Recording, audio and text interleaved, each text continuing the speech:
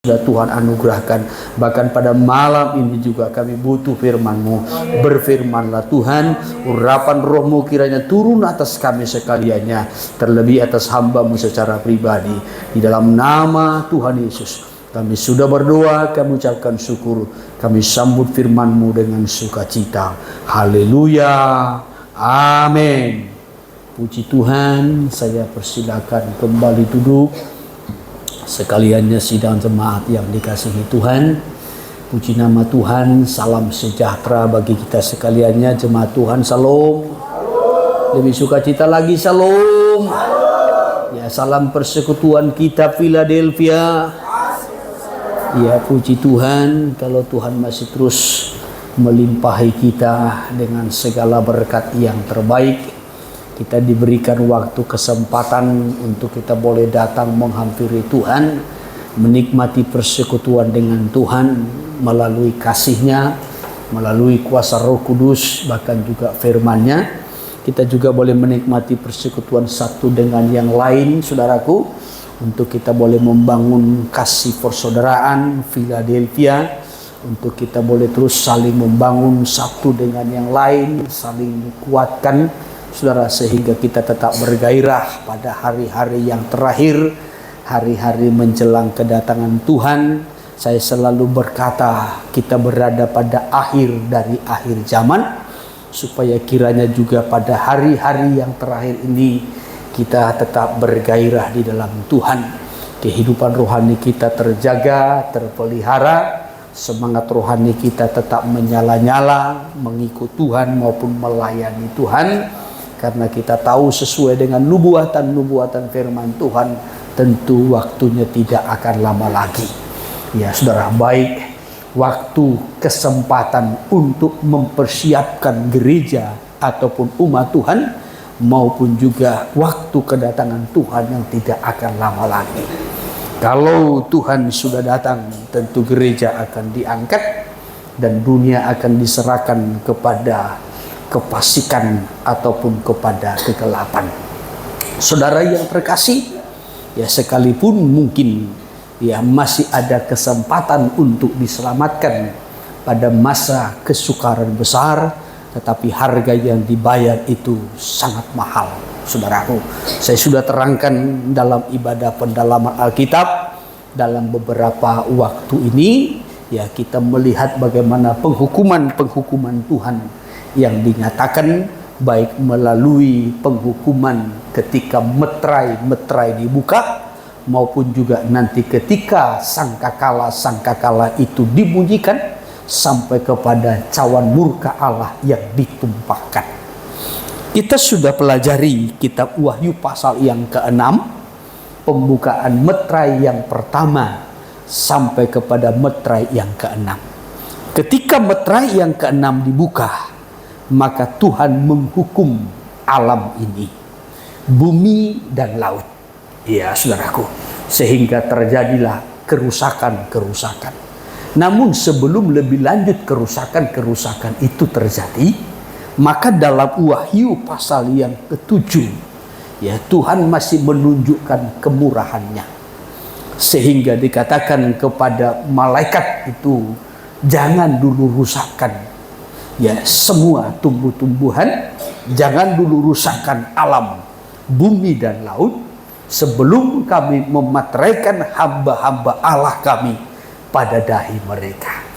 Ya, lalu ya hamba-hamba Allah ini saya sudah sebutkan, saudaraku, ya yang berjumlah 144.000 ini dari golongan orang Israel yang diselamatkan oleh karena iman, oleh karena percaya, ya oleh karena mereka berbalik kepada Tuhan sebelum, sekali lagi, sebelum masa kesukaran besar ataupun sebelum masa antikristus menguasai dunia sepenuhnya. Ya, jadi mereka diselamatkan, saya sudah terangkan, mereka ini disebutkan sebagai buah sulung. Sedangkan gereja yang diselamatkan itu disebutkan sebagai jemaat anak-anak sulung. Ya, ini saya sudah terangkan, saudara. Lalu dalam Wahyu pasal yang ke-7 ayat 1 sampai kepada ayat 8 ini saya sudah terangkan ya. Ya, dalam 2 minggu ini mengenai orang Israel yang dimeteraikan ya sebanyak 144.000 ya. Lalu dalam ayat 9 sampai kepada ayatnya yang ke-17, di situ orang banyak yang tidak terhitung banyaknya. Ini dari segala bangsa, suku, kaum dan bahasa yang juga diselamatkan. Tetapi mereka ini diselamatkan dari kesukaran yang besar. Ya, kesukaran yang besar. Mari saya ajak kembali kita memperhatikan ya Wahyu pasal yang ke-7 ayat 9 sampai kepada ayat 17. Haleluya. Demikian firman Tuhan. Iya. Orang banyak yang tidak terhitung banyaknya. Iya. Kemudian daripada itu aku melihat sesungguhnya suatu kumpulan besar orang banyak yang tidak dapat terhitung banyaknya. Terus Dari segala bangsa dan suku dan kaum dan bahasa berdiri di hadapan tahta dan di hadapan anak domba. Terus Memakai jubah putih dan memegang daun-daun palem di tangan mereka. ya, terus Dan dengan suara nyaring mereka berseru, keselamatan bagi Allah kami yang duduk di atas tahta dan bagi anak domba. ya, terus Dan semua malaikat berdiri mengelilingi tahta dan tua-tua dan keempat makhluk itu. Mereka tersungkur di hadapan tahta itu dan menyembah Allah sambil berkata, Amin. Puji-pujian dan kemuliaan dan hikmat dan syukur dan hormat dan kekuasaan dan kekuatan bagi Allah kita sampai selama-lamanya. Amin. ya, terus 13.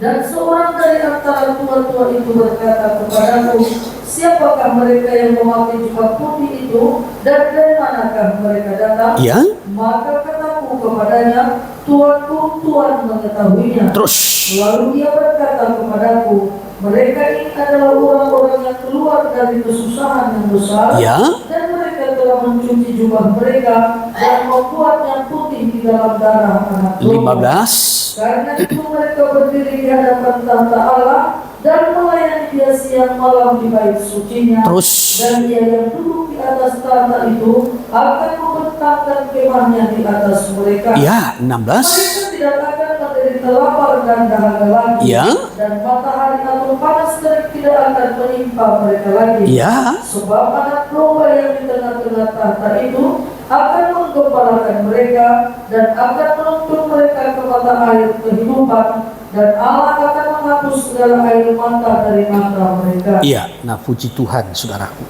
Semua ini adalah peristiwa-peristiwa yang akan berlangsung. Ya, saya berulang-ulang menyampaikan Wahyu pasal yang keempat sampai Wahyu pasal yang ke-22 itu adalah penglihatan kepada Rasul Yohanes dan dinyatakan segala sesuatu yang akan terjadi. Ya, dan ada yang sudah terjadi, ada yang sedang terjadi, dan ada yang masih akan terjadi. Dan semua itu akan tergenapi sampai kepada akhirnya nanti kedatangan Tuhan, bahkan juga mendirikan kerajaan di bumi selama 1000 tahun. Setelah itu baru nanti pengadilan ataupun tahta putih, baru nanti akan kembali berakhir dengan kekekalan. Ya, hidup kekal dan kematian yang kekal. Oleh sebab itu, kita Wahyu ini harus betul-betul kita pahami, kita mengerti, supaya kita tahu akhir perjalanan gereja, dan kita tahu waktunya Tuhan, dan apa yang akan terjadi. Sehingga kita tahu mempersiapkan diri. Ya, itu gunanya kita mengikuti ibadah pendalaman Alkitab, supaya kita semakin mendalam dalam pengertian pemahaman kita, sebab kita dibawa bertumbuh untuk menjadi gereja yang dewasa, gereja yang kuat, gereja yang betul-betul mengerti, memahami, dan gereja yang bukan lagi berfokus kepada dirinya, tetapi sudah berfokus kepada yang lain, menjangkau yang lain bagi hormat kemuliaan nama Tuhan. Ya, Ini kalau kita memperhatikan seperti dalam kitab Ibrani ya, sebelum kita kembali bertolak kepada kitab Wahyu ini, dalam kitab Ibrani pada pasal yang ke-6 mengingatkan kita supaya kita tidak hanya fokus kepada dasar-dasar saja, tetapi harus beralih kepada perkembangannya yang penuh, kepada kedewasaan. Ya, sebentar saya kutip dulu kembali. Ibrani pasal yang ke-6 ayat 1. Sebab itu marilah kita tinggalkan asas-asas pertama dari ajaran tentang Kristus, Iya. dan beralih kepada perkembangannya yang penuh. Iya, beralih kepada perkembangan penuh, kepada kedewasaan. Iya, kepada peningkatan. Jadi tidak lagi kita ini hanya soal kepercayaan, soal meninggalkan dosa, pertobatan. Bukan lagi hanya soal pelbagai pembaptisan, bagaimana baptisan orang Yahudi, bagaimana baptisan Yohanes, bagaimana baptisan kekristenan. Tidak lagi hanya kita membahas soal baptisan saja, atau penumpangan tangan, soal kesembuhan ilahi, ya soal orang mati dibangkitkan. Ini kan sudah kita mengerti, sudah kita pahami, dan itu dasar-dasar. Ya, sudah waktunya bagi kita untuk beralih, berkembang kepada kedewasaan katanya. Coba dalam terjemahan firman Allah yang hidup dulu kita baca dulu. Dari ayat 1 ini. Ya. Janganlah kita terus-menerus mengulang ajaran dasar tentang Kristus. Iya, terus. Marilah kita lanjutkan kepada hal-hal lain. Yang lain. Dan mendewasakan pengertian Iya, kita. mendewasakan pengertian kita. Ya. Jadi pengertian kita itu harus betul-betul meningkat, dewasa. Tentu kalau yang dikatakan dewasa, saudaraku, yang pertama-tama dari orang dewasa itu tentu menonjol kekuatannya. Ya, sudah. Nah, sudah bisa berdiri sendiri, tidak lagi harus ditopang-topang, tidak lagi harus disokong-sokong, ya supaya beribadah, supaya melayani, ya supaya ikut Tuhan, tidak lagi. Orang dewasa itu sudah bisa berdiri sendiri. Orang dewasa itu sudah kuat secara rohani, ya. Kalau secara jasmani sudah kuat memikul beban. Kalau secara jasmani sudah kuat menghadapi tantangan. Secara rohani pun demikian. Ya, sudah. Nah, kita kuat memikul beban, tanggung jawab, ya, bahkan juga menghadapi tantangan pergumulan. Orang dewasa itu tidak lagi fokus pada dirinya, tetapi kepada orang lain. Ya, orang dewasa itu tidak lagi fokus cinta kepada dirinya, mengasihi diri sendiri tidak, tetapi mengasihi orang lain. Ya, itu yang disebutkan dewasa. Ya, jadi saudaraku, ya kekristenan kita itu harus mengalami pertumbuhan, perkembangan, peningkatan kedewasaan dimulai dari cara berpikir kita, pola pandang kita, pengertian kita, pemahaman kita, komitmen kita, bahkan terus kedewasaan rohani kita itu dalam menghadapi segala sesuatu. Ya, maka dikatakan di sini, ya supaya marilah kita lanjutkan kepada hal-hal lain dan mendewasakan pengertian kita sebagaimana yang wajar bagi orang Kristen yang dewasa. Tentu tidak perlu lagi kita membicarakan betapa bodohnya usaha mendapatkan keselamatan melalui perbuatan baik atau membicarakan keharusan beriman kepada Allah. Ya, jadi tidak lagi berbicara kita harus beriman. Ya, harus beriman, harus punya iman untuk mendapatkan ini, harus beriman. Tidak lagi itu yang menjadi pelajarannya.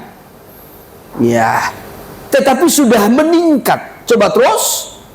Saudara tidak perlu lagi diajari mengenai baptisan, Ya. karunia roh, Terus. kebangkitan orang mati dan hukuman kekal. Ya, tidak lagi.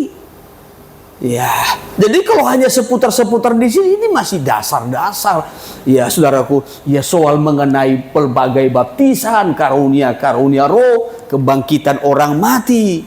Ya, orang mati di dalam Tuhan akan dibangkitkan masuk surga, orang mati di luar Tuhan akan dibangkitkan masuk neraka. Tidak lagi hanya berfokus di situ.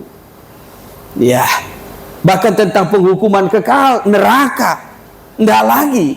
Tetapi sudah berkembang, meningkat. Orang dewasa itu bisa membedakan mana yang benar, mana yang salah, mana yang baik, mana yang bukan. Ya. Itu gunanya kita mengikuti pendalaman Alkitab, supaya kita betul-betul semakin mendalam, semakin meningkat, makin dewasa dalam Tuhan. Coba terus.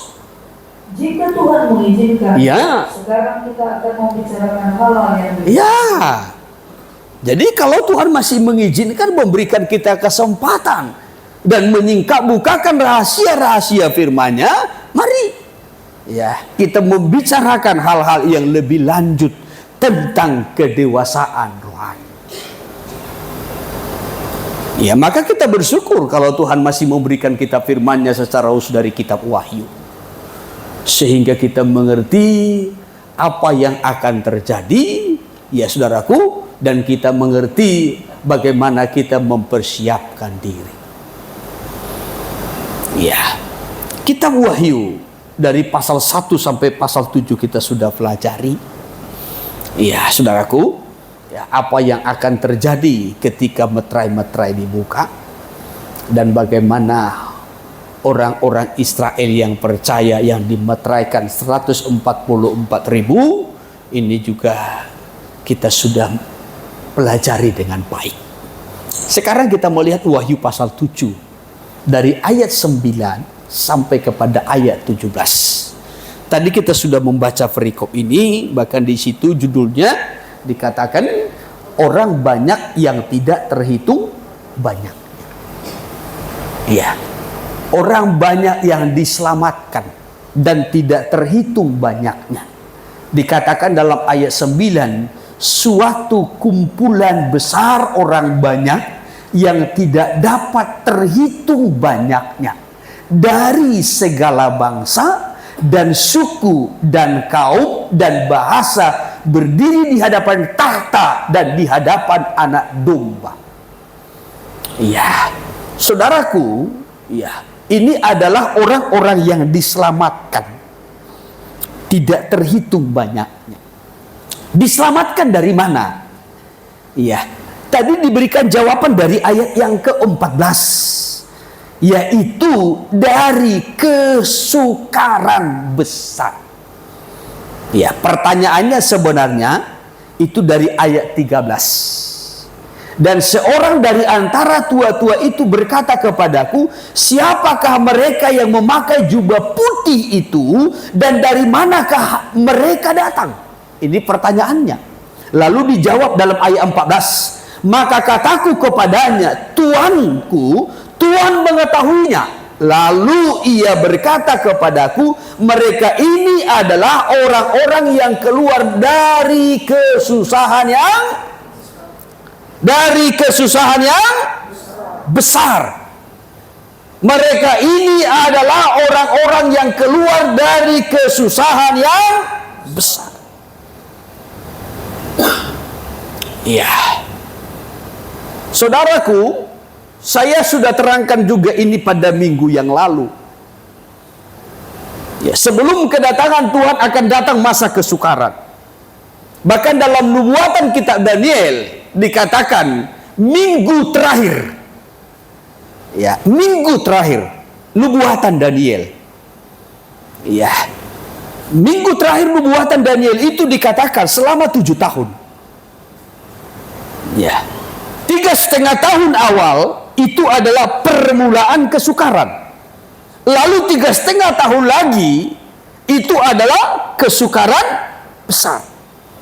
Itu yang disebut dengan zaman antikristus yang menguasai dunia. Nah, ini kesukaran besar, masa kesukaran besar. Ya, diselamatkan dari masa kesukaran besar. Dalam terjemahan firman Allah yang hidup. Sebentar, mari saya ikuti dulu. Ayat 14 saja. Ayat 14 saja. Wahyu, ya.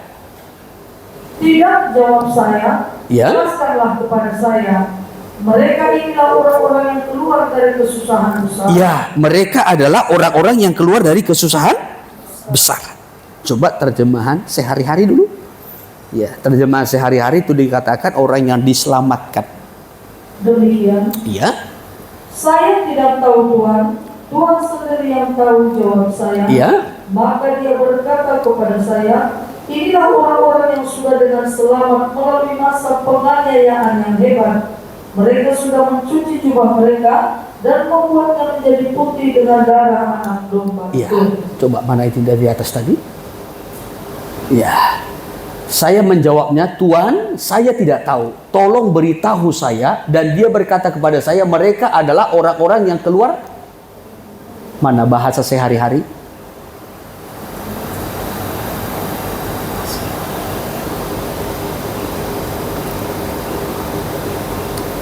Jawab saya, maka dia berkata kepada saya, inilah orang-orang yang sudah dengan selamat melalui masa penganiayaan yang ya. Jadi orang yang diselamatkan yang tidak terhitung banyaknya dari antara segala bangsa, suku, kaum dan bahasa, mereka ini adalah orang-orang yang diselamatkan dan dari penganiayaan yang hebat. Orang-orang yang diselamatkan dari masa kesukaran ataupun dari masa ketika antikristus berkuasa di dunia ini, di bumi. Ya. Hal yang pertama yang perlu kita pahami, ya, masa kesukaran itu adalah masa di mana Tuhan menghajar orang-orang yang tertinggal. Nah, perhatikan kembali gambarnya. Ya, kembali gambarnya supaya kita mengerti. Masa kesukaran kecil, saudaraku, gereja diangkat. Ya, gereja diangkat. Gereja adalah jemaat anak-anak sulung. Amin. Iya. Bahkan 144.000 orang Israel yang percaya itu juga diangkat. Yang sudah dimateraikan. Ini sebelum masa kesukaran besar. Ya, kalau ada peta zaman boleh ditampilkan sebentar supaya saya kasih tunjuk. Ya, ketika gereja itu diangkat. Ya. Di sini gereja diangkat. Sebelum masa kesukaran besar. Gereja yang sempurna, yang kudus diangkat. Bertemu dengan Tuhan di awan-awan permai. Ya, sekali lagi ingat ya, sebelum zaman antikristus. Maka minggu yang lalu saya sampaikan, jangan takut ya dengan zaman antikristus. Sebab sebelum masa antikristus berkuasa, gereja sudah diangkat sebagai jemaat anak-anak sulung. Sedangkan orang Israel yang dimateraikan sebanyak 144.000 disebutkan sebagai buah sulung dari orang Israel. Iya, gereja diangkat. Buah sulung diangkat. Nah, kembali kepada gambar tadi. Iya, setelah gereja diangkat dan buah sulung dari Israel itu diangkat, maka masuklah kepada masa kesukaran besar. Orang-orang yang tertinggal, baik dari antara segala bangsa, suku, kaum, dan bahasa, termasuk orang-orang Israel yang tertinggal. Karena yang diangkat hanya 144.000. Ya, masuk kesukaran besar. Kesukaran yang besar ini adalah masa di mana Tuhan menghajar ya orang-orang yang tertinggal, ya, supaya orang-orang yang tertinggal itu menguduskan diri dan siap untuk diselamatkan Tuhan. Sekalipun mungkin harus dengan harga yang mahal, mereka harus dianiaya, ya saudaraku, bahkan mungkin harus menjadi martir. Ya, tetapi hal yang pertama yang perlu kita pahami, masa kesukaran yang besar itu adalah waktunya Tuhan menghajar orang-orang yang tertinggal supaya menguduskan diri. Dengan kata lain, dalam kemarahannya pun Tuhan masih mengingat perjanjiannya dengan manusia. Dalam kemarahannya pun Tuhan masih ingat perjanjiannya dengan orang Israel, dengan nenek moyangnya, sehingga Tuhan masih menunjukkan belas kasihan. Ya, sekali lagi, dalam kemarahannya Tuhan masih menunjukkan belas kasihannya. Itu hebatnya Tuhan kita. Ya, beda dengan kita manusia. Kalau kita manusia dalam kemarahan, yang kita ingat hanya membalas dendam, menghancurkan, merusakkan. Ya, saudaraku, ya, itu manusia. Tetapi Tuhan dalam kemarahannya, dalam murkanya, ya, Tuhan masih menunjukkan belas kasihannya. Kitab Ratapan pasal 3. Kitab Ratapan pasal 3. Ya, saya kutip dulu sebentar dari ayat 31. Demikian firman Tuhan. Ya. Karena tidak untuk selama-lamanya Tuhan mengucilkan. Ya, tidak selama-lamanya Tuhan, ya, mengucilkan. Terus, karena walau ia mendatangkan susah, ya, ia juga menyayangi ya, kebesaran kasih ya, setianya. walaupun Tuhan mendatangkan susah, masa kesukaran, ia juga menyayangi menurut kebesaran kasih setianya. Ya, ini saya katakan tadi, ini hebatnya Tuhan kita, ini kelebihannya Tuhan kita dari kita manusia. Ya, dalam kemarahannya, dalam murkanya, dia masih menunjukkan kasih setianya. Ya, hanya jangan sampai kita menyia-nyiakan kasih setia Tuhan. Haleluya. Ya, jangan menganggap enteng, ya saudaraku, kemurahan-kemurahan yang Tuhan beri. Ya, belajar menghargai, dan jangan sampai kita menyia-nyiakan kasih karunia yang Tuhan beri. Coba terus. Karena walau ia mendatangkan susah, Ya, ia juga menyayangi ya, kebesaran kasih setianya. terus. Karena tidak dengan rela hati yang melintas terus. dan merisaukan anak-anak Ya, manusia. jadi ketika manusia itu ditindas, ketika manusia itu, ya saudara, mengalami penganiayaan, sebenarnya Tuhan pun gak rela hati. Ya, ketika manusia itu mengalami kesusahan, pergumulan, ketika manusia itu dianiaya, Tuhan pun sebenarnya tidak rela hati. Ya, jadi setelah jemaat anak-anak sulung diangkat, buah sulung dari Israel juga diangkat, maka orang-orang yang tertinggal nanti diserahkan kepada antikristus untuk dianiaya, mengalami kesukaran yang besar. Tuhan izinkan itu sebab Tuhan mau menghajar mereka.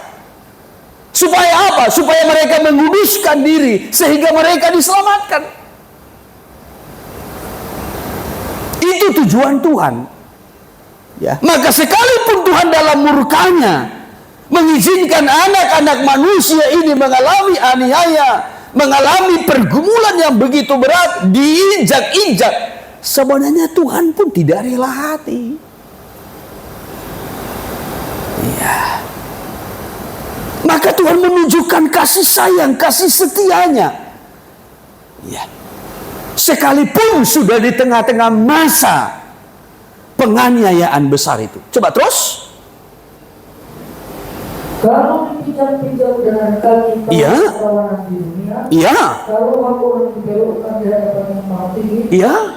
atau orang diperlakukan tidak adil dalam perkaranya, Terus. masakan Tuhan tidak Ya, melihat. masakan Tuhan tidak melihat. Ya. Jadi Tuhan tahu, Tuhan lihat. Ya. Jadi orang yang banyak yang diselamatkan tadi dalam Wahyu pasal 7 ayat 9 sampai kepada ayat 17, ya, orang banyak yang diselamatkan itu, mereka itu bukan jemaat anak-anak sulung, bukan. Dan mereka itu bukan buah sulung dari Israel, bukan. Tetapi mereka adalah orang-orang yang tertinggal yang diselamatkan Tuhan. Ya. Dari mana mereka diselamatkan? Dari kesukaran yang besar. Pada masa aniaya yang besar itu. Ya. Jadi kesukaran yang besar itu Tuhan pakai untuk menghajar orang-orang yang tertinggal supaya mereka menguduskan diri lalu diselamatkan. Kalau orang-orang yang diangkat jemaat anak-anak sulung itu, masa penghajarannya itu sekarang. Ya. Maka sekarang ini kita dihajar. Apa tujuan hajaran itu? Supaya kita kudus. Apa tujuan hajaran? Supaya kita kudus. Iya, supaya kita kudus. Maka sekarang Tuhan mengajar kita, kalau kita salah kita dihajar, kalau kita menyimpang kita dihajar. Ya, saudaraku, ya. Kalau kita membelok dari jalan Tuhan kita dihajar.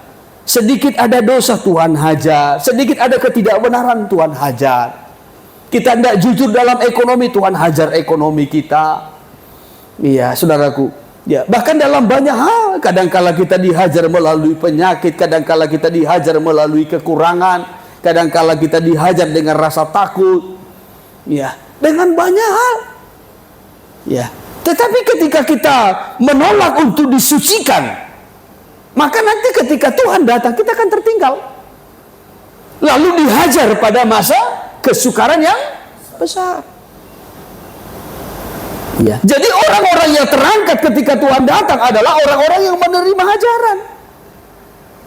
Kitab Ibrani pasal 12 mencatat begini, sudah lupakah engkau tentang didikan kepada anak-anak? Tuhan menghajar orang yang dikasihinya.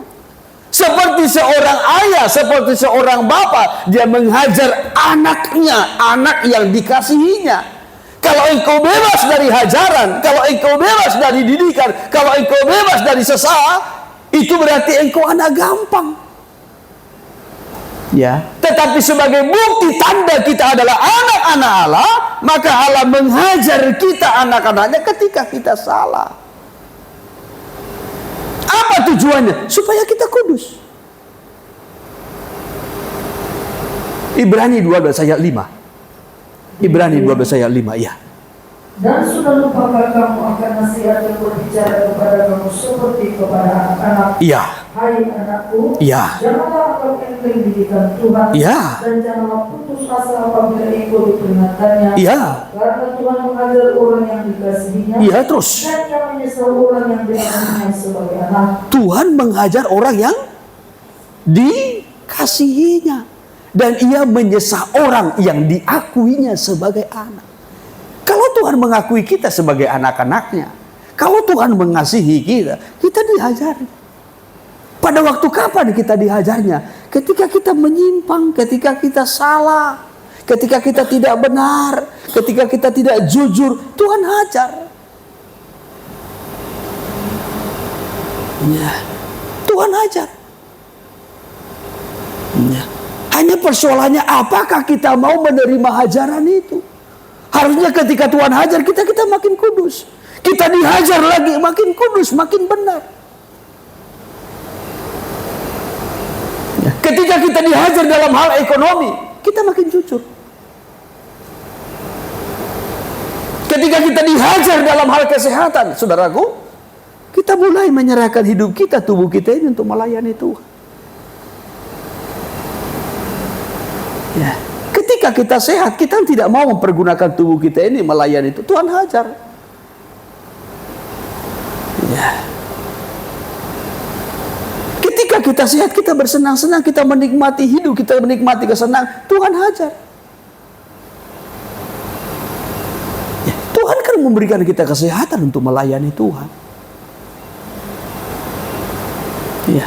Tetapi ketika kita sehat, kita tidak pergunakan tubuh kita melayani Tuhan, tidak kita pergunakan tubuh kita memuliakan Tuhan, Tuhan hajar.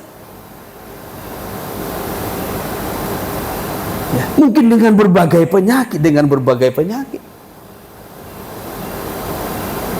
Ya, sehingga ketika kita sakit mulai kita berkata, aku mau melayani Tuhan. Kalau aku diberikan kesehatan, aku janji melayani Tuhan. Ya. Soal kita tepati atau tidak ditepati, ya nantilah ketika sehat baru, ya terlihat.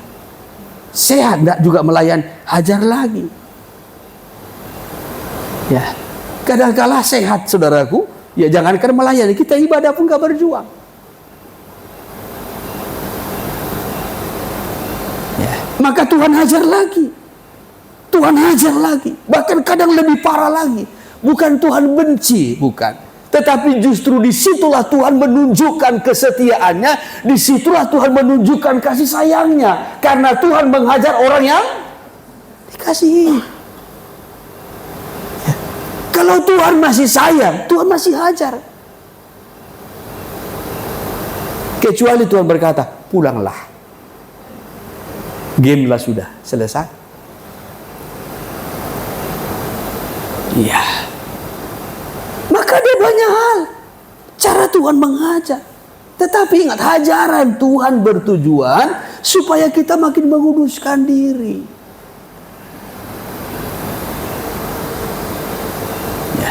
Kalau kita tidak menguduskan diri, nanti pada zaman 3,5 tahun itu akan dihajar.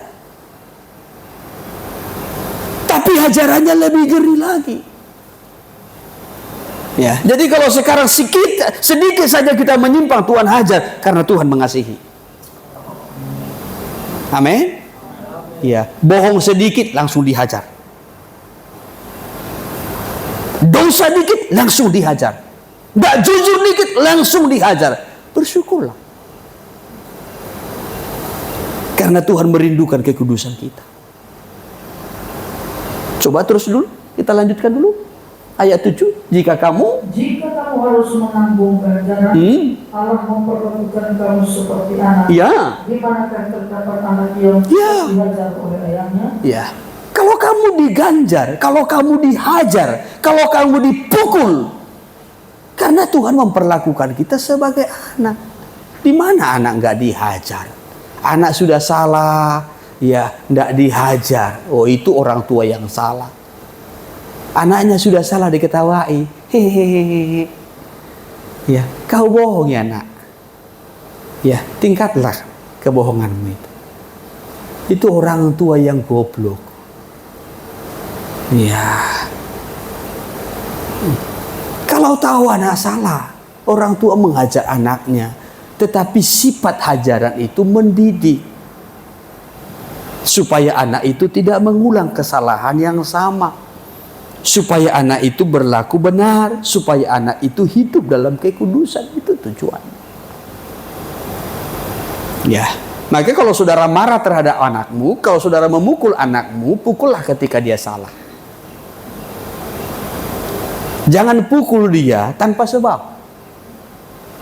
Saudara yang tengkar suami istri, anakmu korban, itu salah.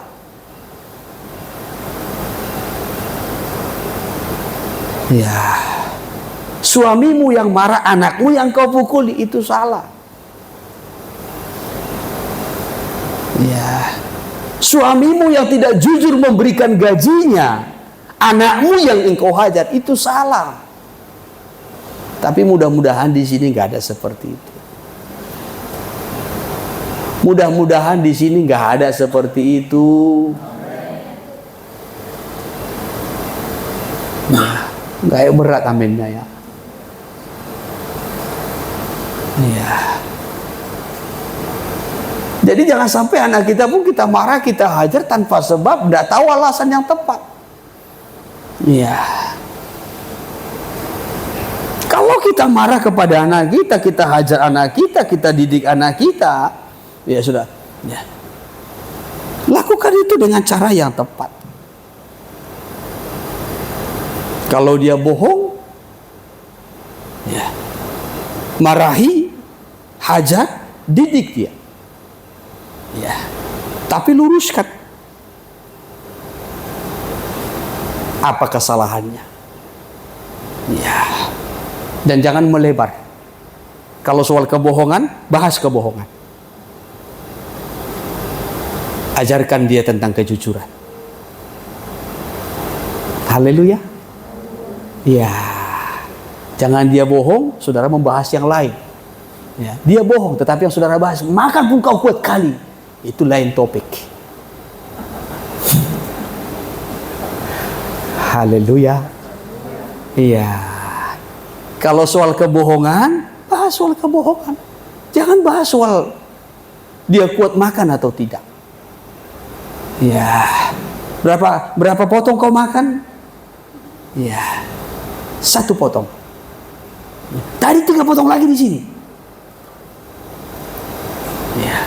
Saudaraku, kalau soal kebohongan, bahas kebohongan. Saudara boleh menghajarnya demi untuk mendidiknya. Supaya dia hidup benar, hidup dalam kejujuran, hidup dalam kekudusan. Tuhan pun memperlakukan kita demikian. Ya, maka kalau sedikit saja saudara salah, Tuhan hajar, bersyukurlah. Karena Tuhan masih mengasihi kita. Ya, coba terus. Tetapi kalau kamu bebas dari ganjaran yang harus diderita setiap orang, maka kamu bukan anak, tetapi anak gampang, tidak masuk dalam hitungan, anak bawang istilahnya. Terus selanjutnya dari ayat kita yang sebenarnya kita beroleh ganjaran dan mereka kita hormati. Terus Kalau demikian, bukankah kita harus lebih taat kepada Bapa secara roh? Supaya kita boleh hidup. Sedangkan ayah kita juga mengajar kita ketika kita salah, maka kita belajar menghormatinya. Ketika orang tua kita mendisiplin kita dengan benar, dengan baik, kita menghormati orang tua kita. Coba anak-anak yang tidak disiplin, kurang hormatnya kepada orang tua. Saya khawatir orang tuanya pun ntar lagi dibentaknya itu. Apa kau? Ibu-ibu yang tidak tegas terhadap anak-anakmu, sebentar lagi anak-anakmu akan membentakmu. Maka anak-anak itu perlu dididik, perlu dihajar.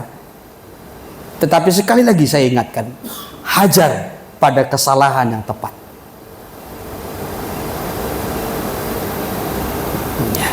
Jangan melebar kepada yang lain. Didik dengan baik, didik dengan benar. Seperti Tuhan juga memperlakukan kita. Sehingga kita dihormati, katanya. Sebagai orang tua kita dihormati. Hal yang sama Tuhan pun memperlakukan kita. Ketika kita salah, Tuhan hajar kita. Ketika kita salah, Tuhan hajar kita. Tuhan bimbing kita kembali kepada jalan yang benar. Sehingga kita makin hormat pada Tuhan. Makin memiliki hati yang takut akan Tuhan. Makin berjaga-jaga. Makin waspada. Coba terus. Sebab mereka mendidik kita dalam waktu yang pendek. Terus. Sesuai dengan apa yang mereka anggap baik. Tetapi Dia mengajar kita untuk kebaikan kita. Supaya kita beroleh bagian dalam kekudusan. Ini. Supaya kita beroleh bagian dalam. Supaya kita beroleh bagian dalam kekudusannya. Itu intinya. Jadi kalau sekarang kita diajar Tuhan supaya kita kudus. Memang ketika ganjaran itu diberi, tidak mendatangkan sukacita. Justru itu mendatangkan duka cita. Kadangkala kita sedih ketika kita dihajar. Tetapi kalau kita membaca ini sampai kepada ayatnya yang ke-14. Namun setelah kita dihajar, setelah kita mengerti tujuan maksud Tuhan, maka itu akan mendatangkan sukacita, mendatangkan kekudusan, mendatangkan hidup yang lebih baik. Jadi sebelum gereja diangkat sebagai jemaat sulung, gereja dihajar supaya masuk dalam kekudusan Tuhan. Itu tujuannya. Tetapi kalau sudah dihajar, toh juga tidak masuk dalam kekudusan, nanti akan masuk kepada masa kesukaran besar. Maka di sana akan dihajar. Apa tujuannya? Kembali kepada kekudusan. Maka tadi saya sampaikan, dalam murkanya Tuhan, dalam kemarahan Tuhan, Tuhan masih tunjukkan kasih setianya, kasih sayangnya. Maksud Tuhan supaya manusia itu diselamatkan. Sebab kerinduan Tuhan, jangan seorang pun manusia binasa, melainkan supaya manusia itu diselamatkan. Tetapi keselamatan itu tentunya kita peroleh kalau kita mau dibawa kepada kekudusan Tuhan. Sebab ada banyak orang juga yang dihajar Tuhan tetapi tidak kudus-kudus. Dihajar dari berbagai cara tetapi tidak kudus-kudus. Kitab Yeremia 32. Yeremia 32. Aku sudah mengajarnya, aku sudah menghajarnya, bahkan kata Tuhan. Jadi bukan hanya diajar, tetapi juga dihajar. Boleh dari ayat 32 dulu sampai 33. Demikian firman Tuhan. Ya. Karena segala kejahatan yang dilakukan oleh orang Israel dan orang Yehuda Terus? untuk menimbulkan sakit hatiku Ya. oleh mereka sendiri, Ya. Raja-raja mereka, pemuka mereka, bahkan imam-imam. Ya, terus. Orang Yehuda dan penduduk Yerusalem. Bayangkan semua. Ya. Mulai dari pemuka-pemukanya, perwira-perwiranya, imam-imamnya, nabi-nabinya, suku Yehuda, bahkan semua penduduk Yerusalem katanya. Terus. Mereka membelakangi aku dan tidak menghadap kepadaku. Terus. Dan sekalipun Perhatikan. aku mengajar mereka, Sekalipun aku mengajar mereka terus-menerus, terus. tiada mereka mau mendengarkan atau menerima pengajaran. Tiada mereka mau menerima pengajaran maupun pengajaranku, kata Tuhan. Mereka menolak walaupun dihajar Tuhan. Mereka menolak kekudusan itu. Ada. Ya, sudah berulang-ulang dihajar pun, tetapi toh juga tidak kudus-kudus. Ya, tetap mengandalkan kekuatan kemampuannya, sama seperti Edom dalam Maleakhi pasal 1 ayatnya yang keempat itu. Ya, Edom berkata, memang kami sudah runtuh, memang kami sudah hancur, tetapi kami akan bangkit dan kami akan membangun kembali, mengandalkan kekuatannya. Walau berulang-ulang dihajar Tuhan, tetapi selalu mengandalkan kekuatannya. Tuhan berkata, kamu boleh membangunnya kembali, kamu boleh bangkit kembali, tapi aku akan kembali meruntuhkanmu. Ya, kata Tuhan. Ya, orang-orang yang selalu mengandalkan kekuatannya, merasa bisa, merasa mampu, ya, dihajar Tuhan berulang-ulang, tetapi merasa masih bisa. Ya, saudaraku, Tuhan berkata, silakan, tetapi aku akan meruntuhkan. Kembali kita perhatikan, tujuan ajaran Tuhan adalah supaya kita kudus, sama seperti Dia yang adalah kudus. Baru-baru ini saya menyampaikan bahwasanya Efraim itu dulu terlatih. Ya. Tetapi akhirnya Efraim meninggalkan Tuhan, berpaling dari Tuhan. Maka Tuhan hajar. Tapi syukur, Efraim berkata, ya, aku telah menerima hajaran, sehingga Tuhan pulihkan.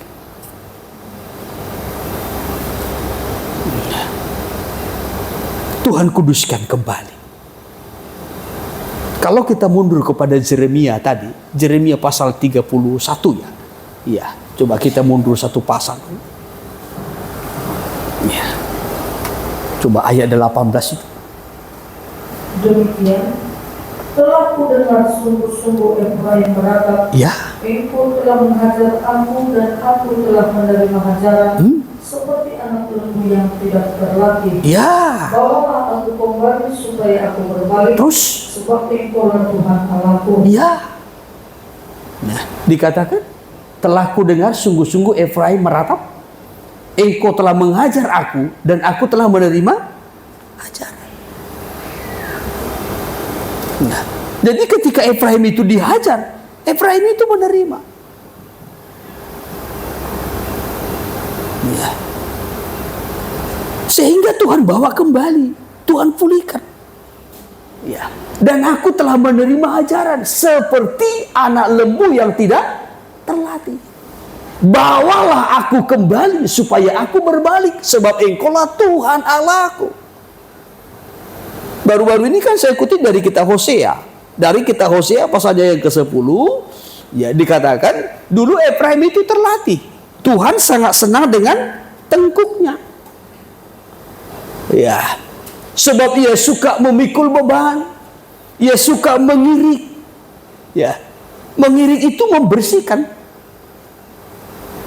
Ya, ia suka bekerja keras tanpa disuruh, sudah melakukan tanggung jawabnya. Ya. Atau saya kutip kembali kepada kitab Hosea.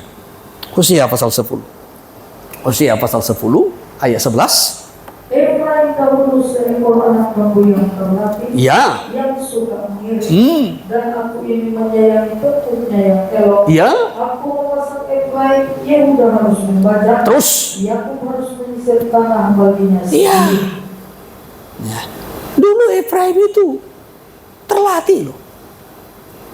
Ya, disiplin, bertanggung jawab. Sampai Tuhan berkata, aku menyukainya. Aku senang. Dalam terjemahan lain itu dikatakan Efraim itu rajin. Ya. Dalam melakukan tugas-tugasnya dan betul-betul terlatih. Ya. Tetapi akhirnya Efraim itu menjadi bodoh. Ya.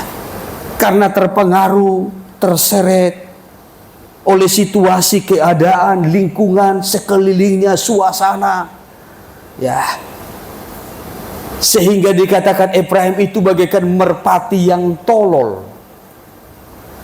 Coba mundur dulu. Pasal 7 ayat 11. Pasal 7 ayat 11. Demikian, Iya. Efraim telah menjadi merpati tolol, Iya. tidak berakal. Iya. Ya, Efraim itu sudah menjadi seperti merpati yang tolol. Iya. Tidak berakal. Tidak lagi ada hikmatnya. Sudah menjadi bodoh terus. Dengan memanggil kepada Mesir, Iya. dengan pergi kepada Asyur. Iya, bayangkan. Ya, sudah mulai kompromi dengan Mesir, dengan Asyur, dunia, daging. Ya, mulai terseret kepada dosa. Coba mundur dulu ayatnya yang ke-8. Ayat 8. Efraim mencampurkan dirinya di antara bangsa-bangsa. Terus. Efraim telah menjadi roti bundar yang Iya, dibalik. bayangkan. Efraim sudah mencampurkan dirinya dengan bangsa-bangsa. Sudah kompromi. Ya. Tidak lagi hidup dalam kebenaran, tidak lagi hidup dalam kekudusan, tidak lagi memiliki cara hidup yang tersendiri. Tetapi sudah kompromi dengan dunia, bercampur bau dengan bangsa-bangsa lain. Lompat dulu, ayat 14. Ayat 14. Seruan mereka kepadaku tidak keluar dari hatinya, Ya. tapi mereka meratap di pembaringan mereka. Ya. Mereka menoleh diri karena gandum dan anggur. Terus. Dan mereka berontak terhadap aku. Bayangkan. Apa katanya ayat 14? Seruan mereka tidak keluar dari hati. Ya. Jadi seruannya tidak lagi dari hati, doanya nggak lagi dari hati, menyembah bukan lagi dari hati, pujiannya bukan lagi dari hati. Ya, semua hanya kata-kata belaka yang kosong, yang hampa saja.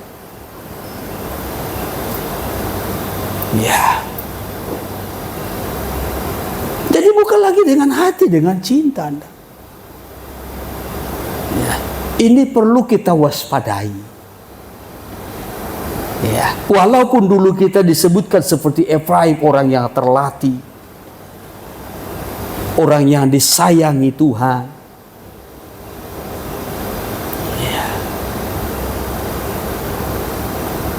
Tetapi kita melihat bagaimana Efraim ini akhirnya menjadi bagaikan merpati yang tolol. Terlihat seperti merpati, tetapi tolol. Jangan terlihat sepertinya tulus, tetapi bodoh. Ya, sudah bercampur dengan yang lain, sudah kompromi. Ya. Bahkan dikatakan seruan mereka kepadaku tidak keluar lagi dari hati, tetapi mereka meratap di pembaringan mereka. Mereka menoreh-noreh diri karena gandum anggur, dan mereka berontak terhadap aku, kata Tuhan. Ya. Bahkan terus ayat 15.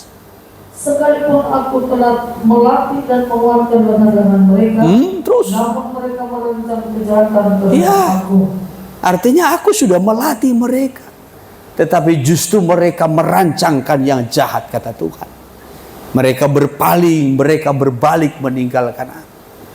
Kalau pada pasal 13 ayat 12 sampai kepada ayat 13, ya, dikatakan Efraim itu seperti anak yang sudah waktunya keluar dari kandungan tetapi tidak keluar. Belum waktunya keluar, dia sudah keluar. Ya, ia membungkus dosanya, menyimpan dosanya. Kalau dalam terjemahan bahasa sehari-hari maupun terjemahan firman Allah yang hidup dikatakan, aku berikan kesempatan baginya untuk mengalami kelahiran baru, pembaharuan hidup. Tetapi dia tidak mempergunakan waktu kesempatan itu. Maka sampai tadi digelari bagaikan merpati yang tolol. Lalu Tuhan menghajarnya. Tuhan menghajar. Ketika dihajar Tuhan habis-habisan. Dalam kitab Yeremia dikatakan, aku telah menerima hajaran. Bawalah aku berbalik kepada Tuhan. Kembali Yeremia 31 ayat 18. Iya. Dipersiapkan terjemahan firman Allah yang hidup. Iya. Telah mendengar sungguh-sungguh Efraim beratap, Iya. Engkau telah mengajar aku dan aku telah menerima ajaran. Terus. Seperti anak lembu yang tidak terlatih. Iya, terus. Bawa aku kembali supaya aku berbalik. Iya. Sebab Engkau lah Tuhan Allah. Iya. Ini. Iya. Tuhan sudah mengajar aku. Aku terima ajaran itu. Bawalah aku berbalik, kata. Coba terjemahan firman Allah yang hidup. Ini sebenarnya kan peristiwa ketika bangsa Israel dibuang ke Babel. Coba. Demikian. Ya, aku telah mendengar rintihan Efraim. Ya. Engkau telah menghukum aku dengan berat. Engkau telah menghukum aku dengan berat, tetapi semua itu memang perlu bagiku. ya perlu bagiku. Ya, terus. Seperti seekor sapi muda perlu dilatih untuk memikul. Iya, terus. Kembalikan aku kepadamu. Iya. Dan pulihkanlah aku, karena hanya Engkau lah Tuhan Allah. Ya, ini. Tuhan sudah menghajar aku, dan hal itu memang perlu bagiku. Perlu dihajar? Perlu dihajar? Loh, saudara kalau nggak dihajar nggak akan kudus. Saudara tidak akan, kalau saudara tidak kudus, saudara akan masuk kepada masa 3,5 tahun. Masa 3,5 tahun adalah masa Tuhan menghajar orang-orang yang tertinggal. Ya, supaya kudus dan diselamatkan. Ya, maka kalau kita kembali tadi kepada nats yang kita baca dalam Wahyu pasal yang ke-7 itu, siapakah mereka itu? Ya, orang banyak itu yang memakai baju putih, jubah putih dengan daun-daun palem di tangannya. Siapa mereka? Yang pertama, mereka adalah orang-orang yang sudah keluar dari kesusahan yang orang-orang yang diselamatkan dari masa kesukaran yang besar. Ya. Bagaimana caranya mereka diselamatkan dari kesukaran yang besar? Ketika Tuhan menghajar mereka dengan masa kesukaran itu, mereka menguduskan diri. Ya. Maka Alkitab mencatat tadi Mereka telah mencuci jubahnya dengan darah anak domba. Ya. Jubah itu berbicara tentang sikap hidup perbuatan kita yang disucikan melalui apa? Hajaran.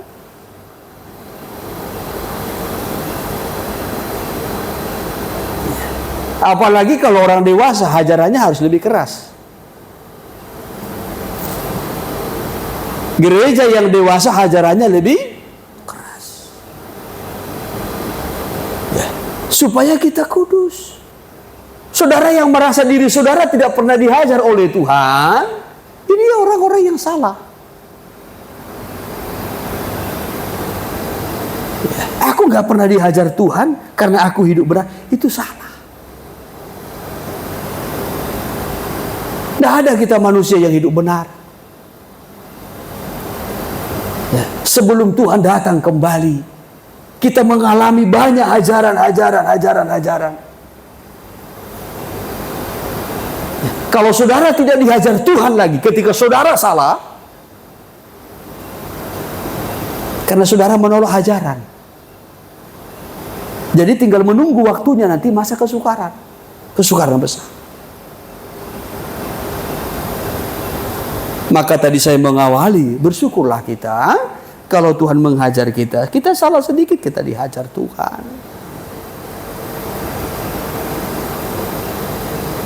Kita menyimpang sedikit, kita dihajar Tuhan, bersyukur. Ya. Jangan sampai justru kita memandang rendah orang-orang yang dihajar Tuhan. Ya.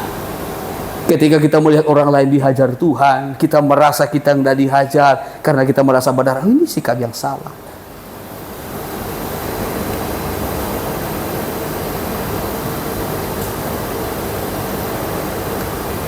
Kita orang-orang yang ditebus Tuhan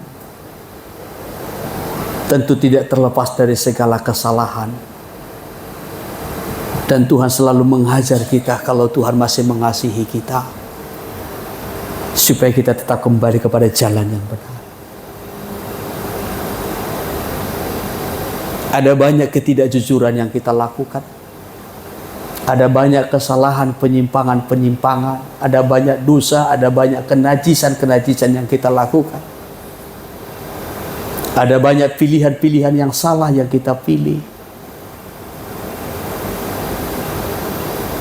Ada banyak pelayanan yang salah yang kita lakukan sehingga Tuhan menghajar. Supaya kita hidup dalam kekudusan.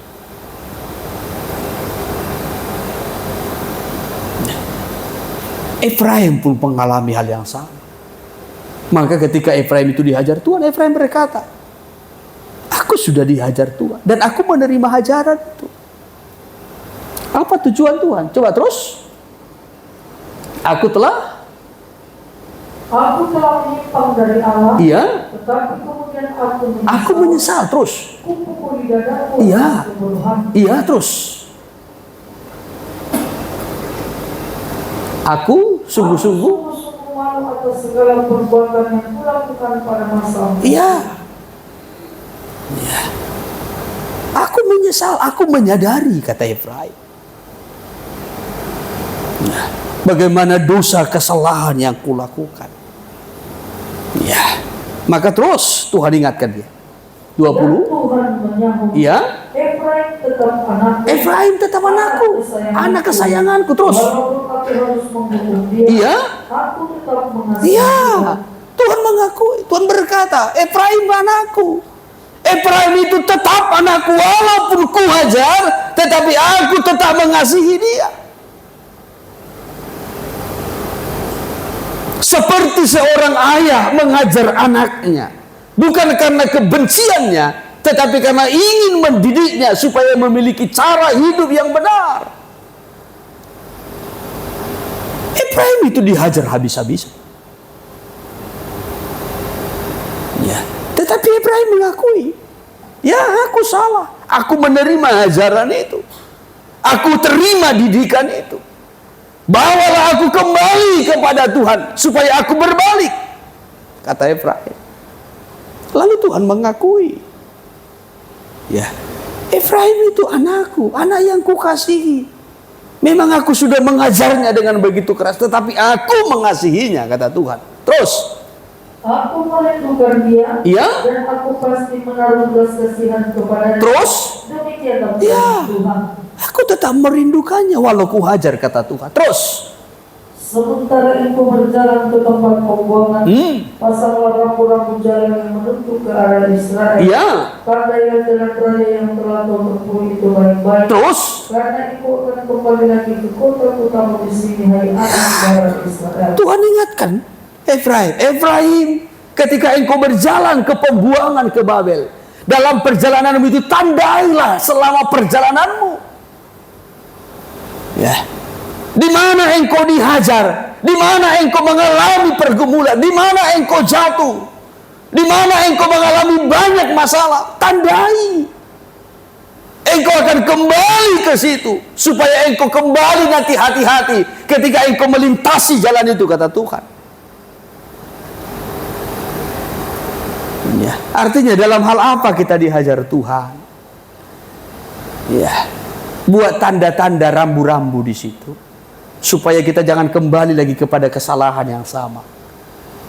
Kalau kita pernah dihajar dalam kesehatan, tandai. Ya, apa yang membuat kita kehilangan kesehatan? Ya, buat rambu-rambunya. Aku sakit karena aku tidak melayani Tuhan. Tubuhku ini hanya menikmati kesenangan, tidak kupakai untuk melayani Tuhan, tidak kupakai memuliakan Tuhan. Tandai. Ketika kita dihajar dalam hal ekonomi, kita pernah mengalami kekurangan, bahkan sangat-sangat kekurangan. Tandai apa yang membuat kita mengalami kekurangan. Ketidakjujuran kah? Ya, atau hal-hal yang lain.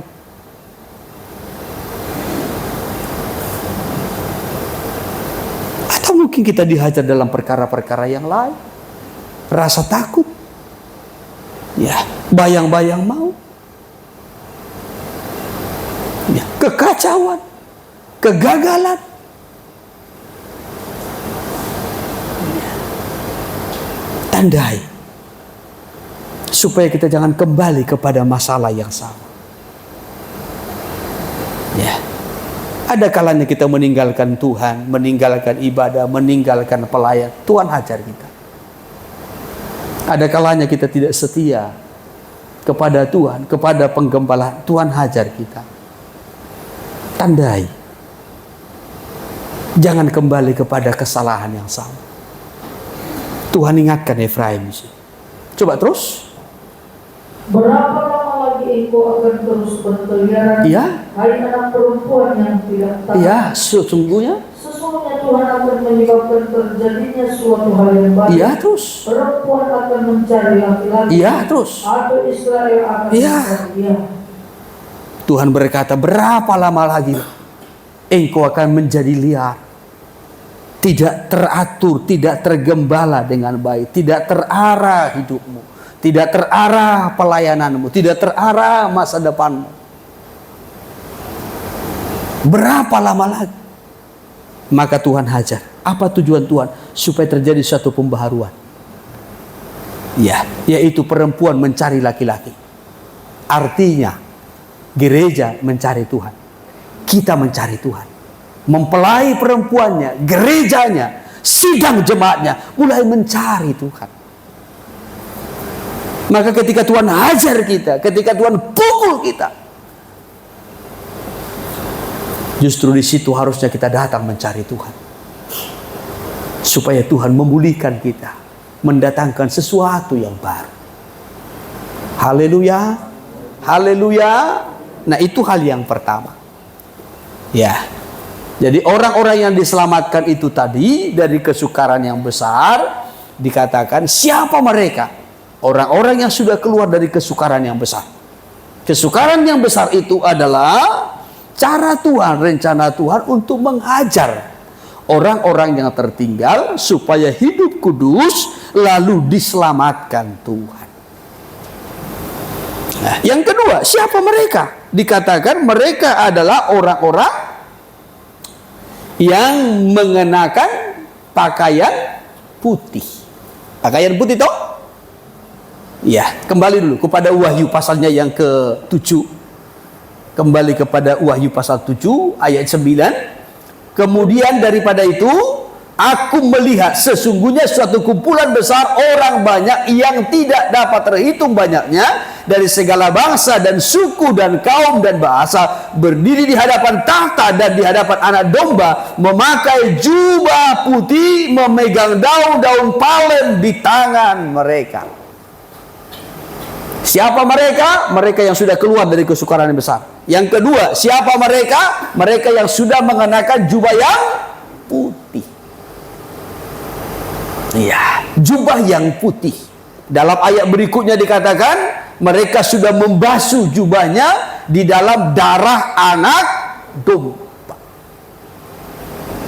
Jubah yang putih itu adalah hasil dari penyucian oleh darah Anak Domba. Ya, sekali lagi, jubah yang putih itu adalah hasil pembasuhan, disucikan oleh darah Anak Domba. Orang-orang yang jubahnya disucikan oleh darah Anak Domba adalah orang-orang yang mau hidup di dalam terang. Ya, hidup dalam kebenaran.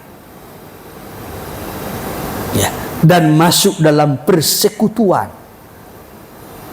Itu yang disebutkan dengan persekutuan tubuh Kristus. Ya. Kalau 1 Yohanes pasal yang ke-1 ya, 1 Yohanes 1 ayat 7 sampai kepada ayatnya yang ke-9. Ya. 1 Yohanes 1 ayat 7 sampai 9. Tetapi jika kita hidup di dalam terang, hidup di dalam terang, sama seperti Dia ada di dalam terang, maka kita beroleh persekutuan seorang dengan yang lain. Dan perhatikan, dan darah Yesus anaknya itu menyucikan kita dari segala dosa. Kita disucikan. Jubah itu berbicara tentang perbuatan dan sikap hidup kita. Disucikan. Ya, siapa orang-orang yang disucikan, yang dibasuh, yang dikuduskan ini? Orang-orang yang mau hidup dalam terang, mau hidup dalam kebenaran, dan masuk dalam satu persekutuan. Ya, ini persekutuan seorang dengan yang lain, persekutuan tubuh Kristus. Ya, saudara tidak akan pernah bisa kudus tanpa darah Yesus. Saudara tidak akan pernah bisa kudus kalau saudara tidak bersekutu satu dengan yang lain. Ya. Jadi kita dikuduskan melalui darah Yesus, dan kekudusan kita itu akan terlihat kalau kita bersekutu satu dengan yang lain. Ya.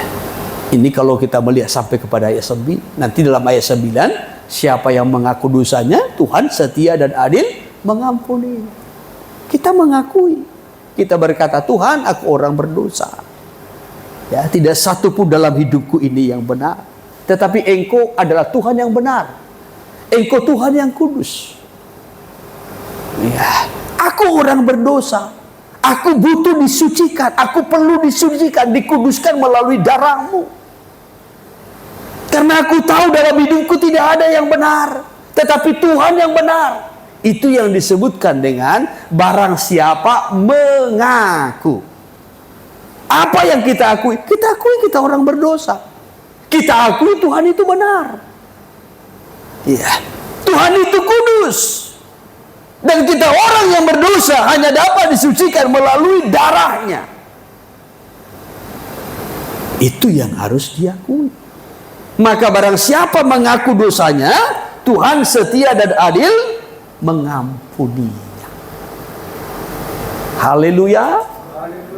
Iya. Jadi mereka ini, sekali lagi saudaraku, diselamatkan ya dari kesukaran yang besar itu. Yang pertama-tama, karena pada masa kesukaran itu mereka mau hidup kudus, mereka mempertahankan imannya, hidup dalam kekudusan, sehingga mereka diselamatkan. Pada masa itulah mereka membasuh jubahnya, menyucikan Mereka mengakui hidupnya benar-benar sebagai orang berdosa. Tuhan yang benar. Dan menerima darah Yesus menyucikan segala dosa pelanggaran. Baru yang ketiga, mereka disebutkan memegang daun-daun palem. Daun palem itu biasa dipakai untuk menyambut kemenangan raja. Iya, dipakai menyambut kemenangan raja. Ya, biasanya kalau raja pulang dari peperangan menang, ya, maka rakyat menyambutnya dengan daun-daun palem, dengan sorakan pujian kemenangan. Ya, jadi di sini menyatakan bahwasanya orang banyak ini sudah mengalami kemenangan. Mereka sudah menang. Dari mana mereka menang? Yang pertama, mereka menang dari antikristus. Bicara tentang antikristus itu bicara tentang siasatnya menyesatkan, tipu muslihatnya yang menyesatkan.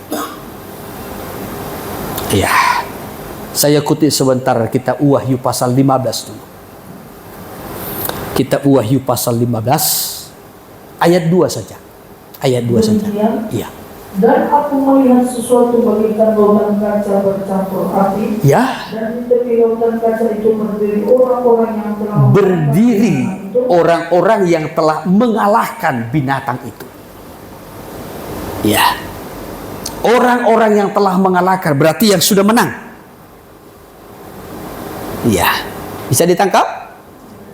Orang-orang yang sudah mengalahkan binatang itu berarti adalah orang-orang yang sudah berkemenangan.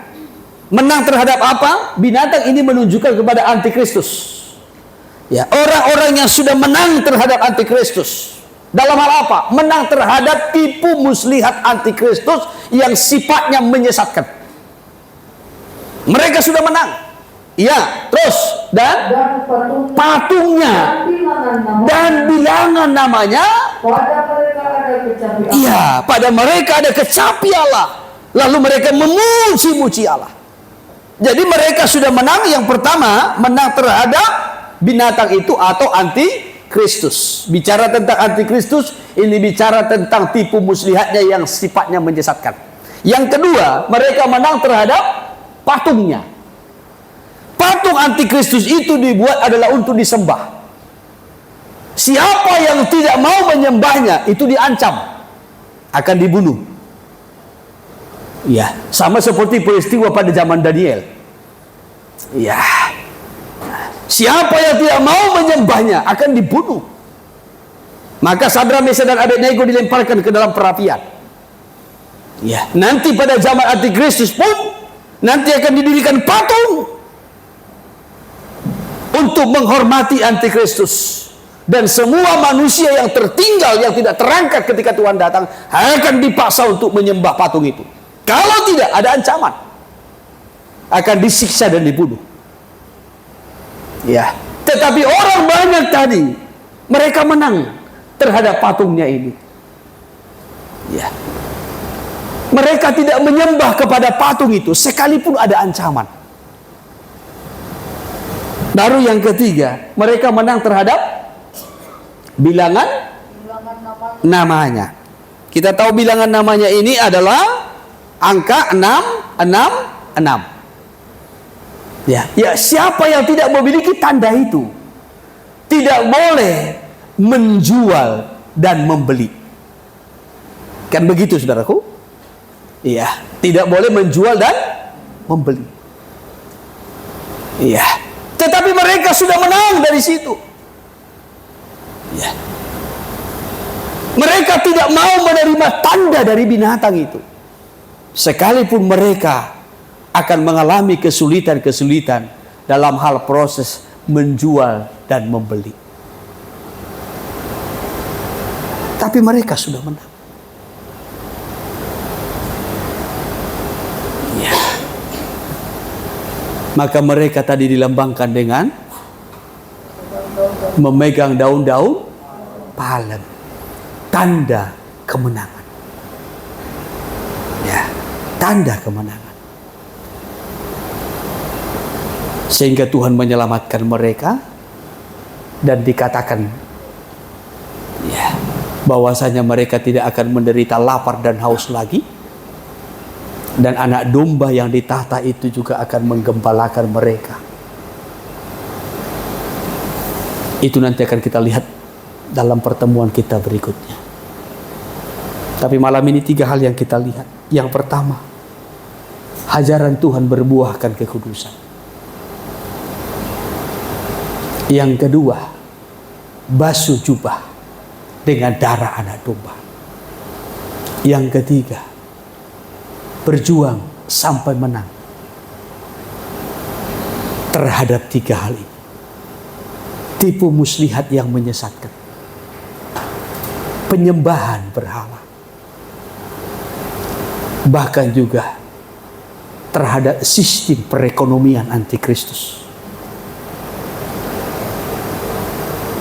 Kita juga harus berkemenangan. Karena sebagaimana yang sudah kita pahami, antikristus pun sudah bekerja secara rahasia. Tapi kita harus menang terhadap roh antikristus. Jangan sampai kita gagal menjelang kedatangan Tuhan kembali. Supaya kita siap diangkat ketika Tuhan datang, dan kita dihindarkan dari masa kesukaran yang besar itu. Haleluya. Saya batasi firman-Nya sampai di sini. Kiranya Roh Kudus menolong kita untuk mengerti. Tuhan memberkati kita.